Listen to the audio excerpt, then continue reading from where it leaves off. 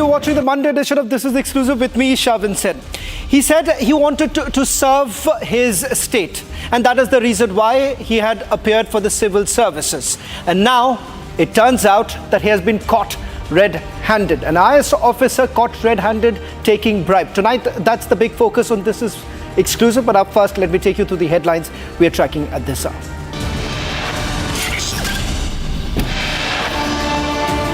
IAS officer Dhiman Chakma arrested in Bhubaneswar for accepting bribery. Raids lead to stunning recovery of 47 lakh rupees.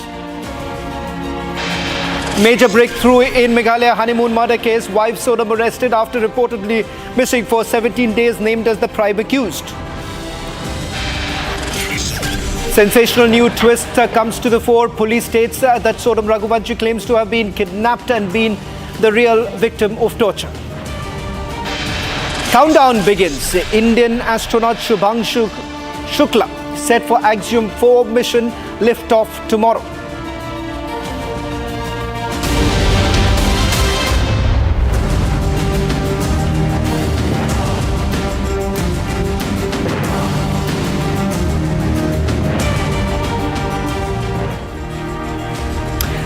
In what has become a troubling refrain in India's governance, and this is with regards to what has essentially happened with the bureaucracy itself. Now, this refrain, the troubling refrain in India's governance narrative, yet another IAS officer, a figure once revered as the embodiment of integrity and public service, has been caught in the net of corruption. This time, the scene unfolds in Orissa, where a bureaucrat was apprehended for allegedly accepting a 20 lakh rupees bribe, further eroding public trust in one of the nation's most powerful institutions. The arrest, which comes hot on the heels of similar scandals across multiple states, paints a stark picture of a system under siege, not from foreign threats or political turmoil, but from within its own corridors of power. I'm talking about Dhiman Chakma, IAS officer who has been caught red-handed while also demanding bribe of 10 lakh rupees from a local businessman as an installment of the overall demand of 20 lakh rupees. Further there was about 47 lakh rupees cash that has been recovered during searches at his official residence. Now, what you see on your screen is the amount that has been recovered by the Vigilance Department of Orissa. This after a complaint was actually filed by a local businessman, following which the arrest was made. Who exactly is Dhiman Chakma? An IAS officer who, after clearing the UPSC, actually made a statement. He said that he's appeared for the civil services only because he wants to serve his state. And this is how he was caught. This report that you see, that we're going to play out in a short while from now, is a report from the very place where the recovery was actually made. And in a short while from now, the Superintendent of Police Vigilance Cell would be also joining us.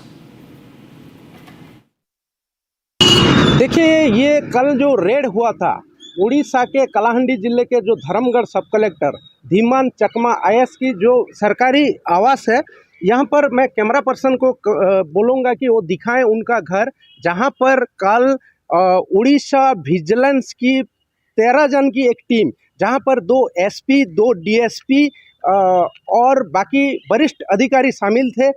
और यहाँ पर लगभग 10 लाख रुपया जो ले रहे थे, vigilance तुरंत उनको पकड़ा। और उसके बाद जब उनके घर की ये है उनके रेस्ट ऑफिस और ये है घर, तो यहाँ पर जब विजिलेंस यहाँ अंदर गए और खान तलाशी की, यहाँ से घर से और 47 लाख यानी कि टोटल 57 लाख रुपया विजिलेंस ने बरामद की। अभी उनके ऊपर केस चालू हो गया है और उनको विजिलेंस की तरफ से जेल भिजवा दिया गया है। Well, in fact, the result of this entire inquiry that has been carried out, what you see right now is the amount that was recovered, the cash that was found from inside the IAS officer's residence.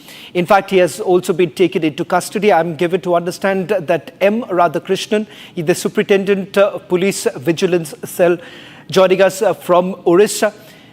Mr. Radhakrishnan, thank you very much for joining us on this broadcast. Good evening. Good evening. Mr. Radhakrishnan, first tell us, what is this case all about? Given the fact that a local businessman did actually approach you, the Vigilance Department, what is the investigation that has been carried out so far that has been revealed? No, we had received a complaint from a particular businessman regarding demand of rupees 20 lakhs from him to give a favorable report on the allegation of illegal activities of the complainant relating to his crusher business.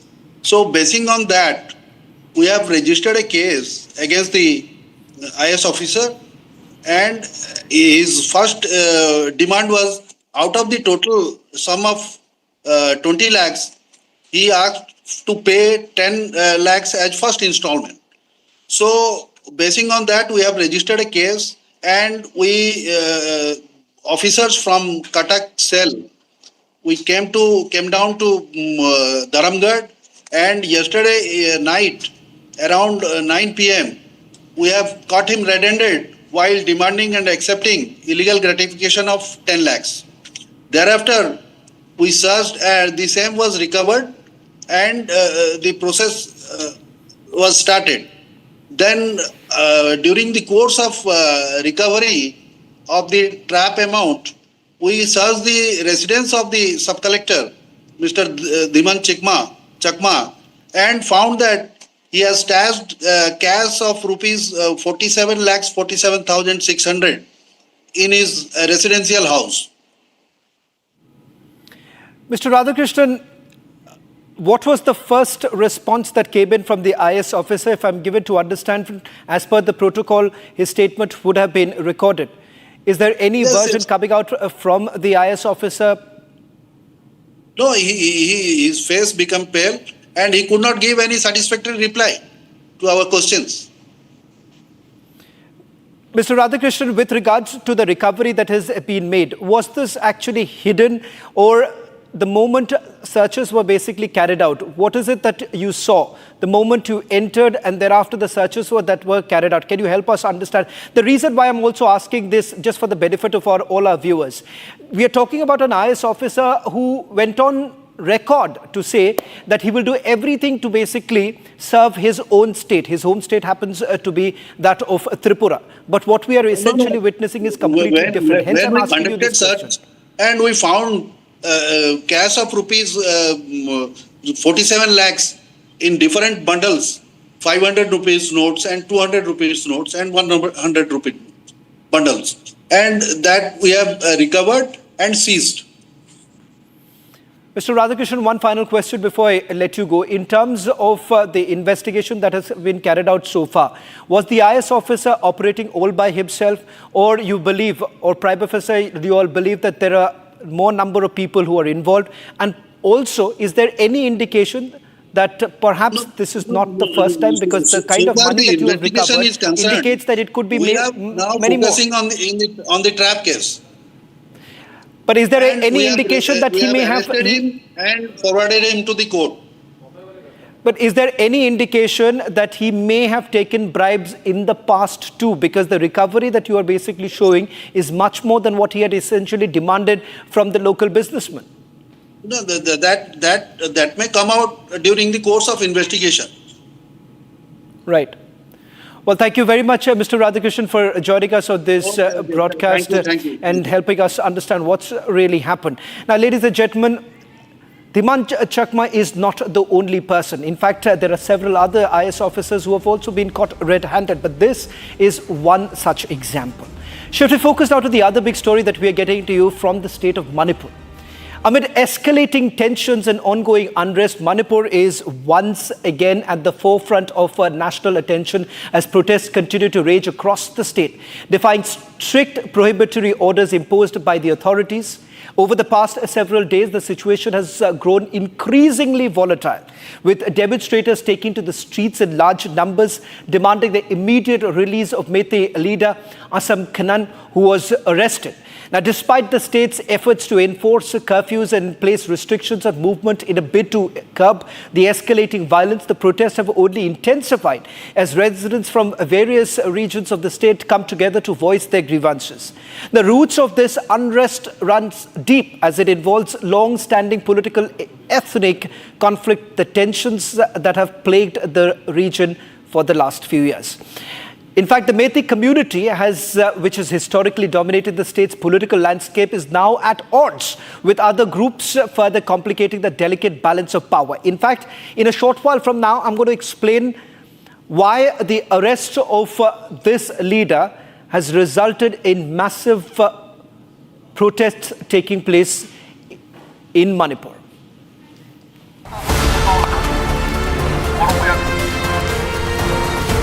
Violence once again grips Manipur. The arrest of a leader from the Meitei group, Rs.10 has sparked a fresh wave of protests. The protests have turned the Imphal Valley into a cauldron of unrest. With internet services suspended and prohibitory orders in place, the state is staring at another security crisis.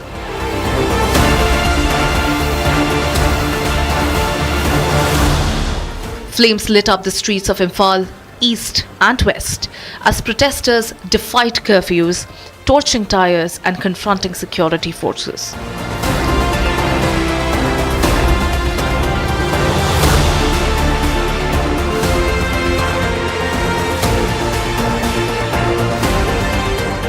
Tempers reached a boiling point when some demonstrators reportedly poured petrol over themselves, forcing security officers to initiate lathi charge.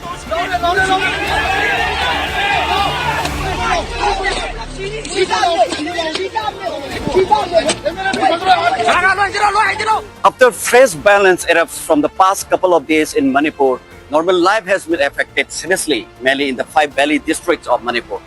On 7th of this month, one Rs.10, a Meitei organization leader, was arrested by the security forces in case relating with the CBI. From that day, government of Manipur has imposed prohibitory orders, mainly in 5 valley districts of the state. The Rs.10, a Meitei organization, has also called a 10 days Manipur ban, started from the 8th of this month and is still continuing. As a result of this ban and curfews, you can see many places in Imphal look deserted here, and heavy deployment of security forces has been beefed up here. Several MLAs from the ruling BJP have called for the unconditional release of the arrested leaders, deepening the divide within the state's political machinery.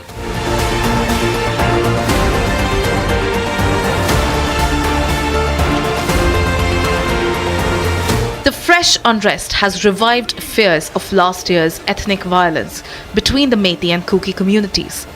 Violence that left over 200 dead and thousands displaced. Many now worry that this could reopen old wounds.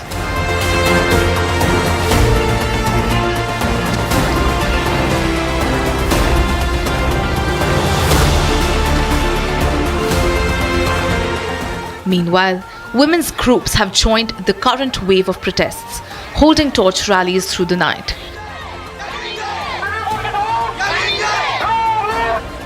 Particularly in Khurai and Singjameng. Their demands: the immediate formation of a new government and the release of political prisoners.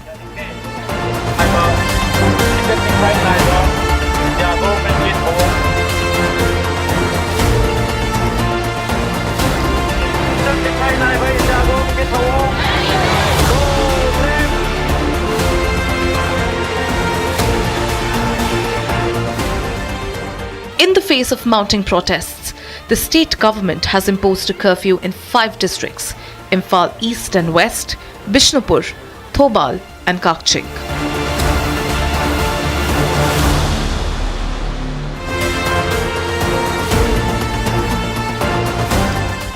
The security situation in Manipur remains volatile. Despite government-imposed restrictions and deployment of central forces, this region shows little sign of calming down.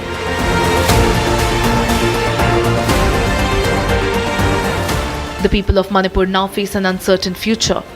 With a 10-day shutdown in effect and no end in sight to protests, the state's political and social fabric is under immense pressure.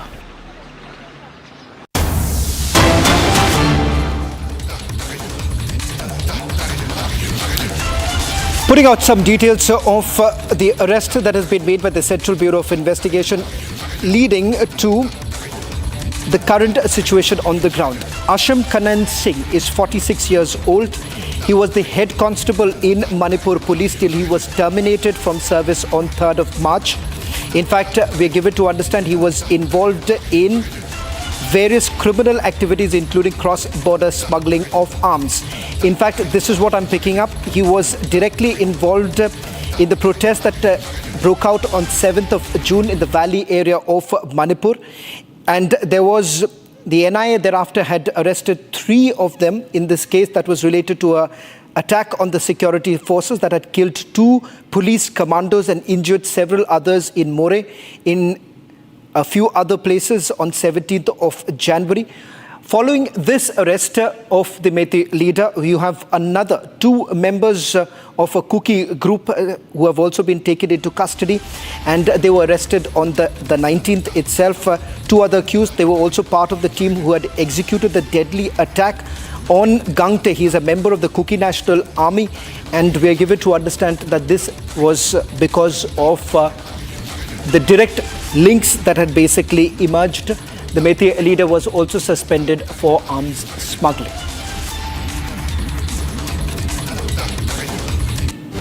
Well, in fact, ladies and gentlemen, I'm going to now end this show with another big news that we've been tracking through the day, but more leads now coming in. This afternoon, a major fire broke out on board the Singapore-flagged container vessel following a container explosion. The incident occurred this morning around 9:20, around 44 nautical miles of Bepur.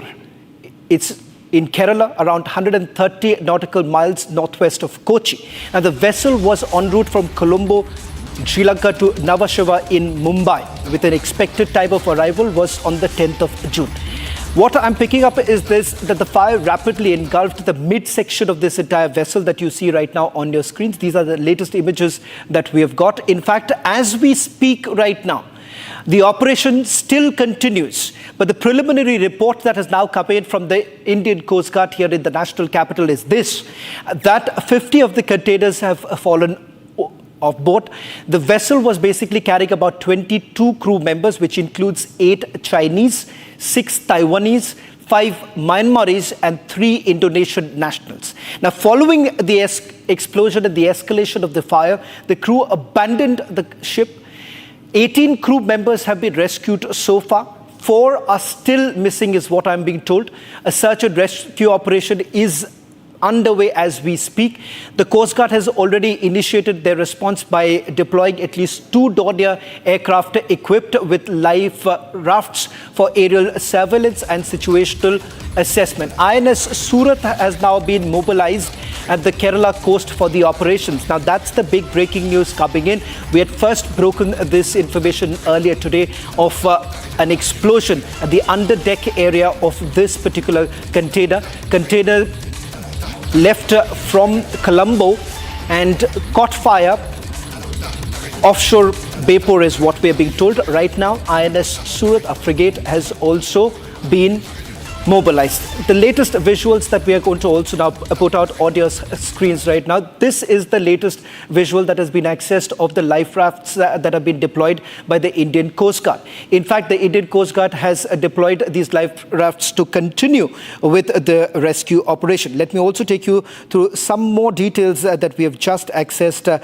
from the Indian Coast Guard headquarters, where we are given to understand that they're also looking at mobilizing of a few other vessels. So far, at least 4 of the vessels have already been deployed. We are given to understand that they are looking at the Maritime Rescue Coordination Center that has activated the International Safety Net, and they have also ensured that the nearby merchant vessels have been diverted to assist in the rescue effort. On your screens, the first images now coming in of the rescue operation that is still underway as we speak. Well, that's all that we could pack in this edition of This Is Exclusive. Coming up, trending with my colleague Rakshan.